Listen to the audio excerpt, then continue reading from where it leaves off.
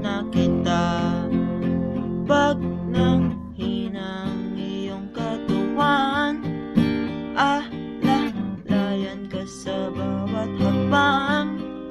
Kung paulit-ulit mang magtanong, sasabihin ng sagot pabulong.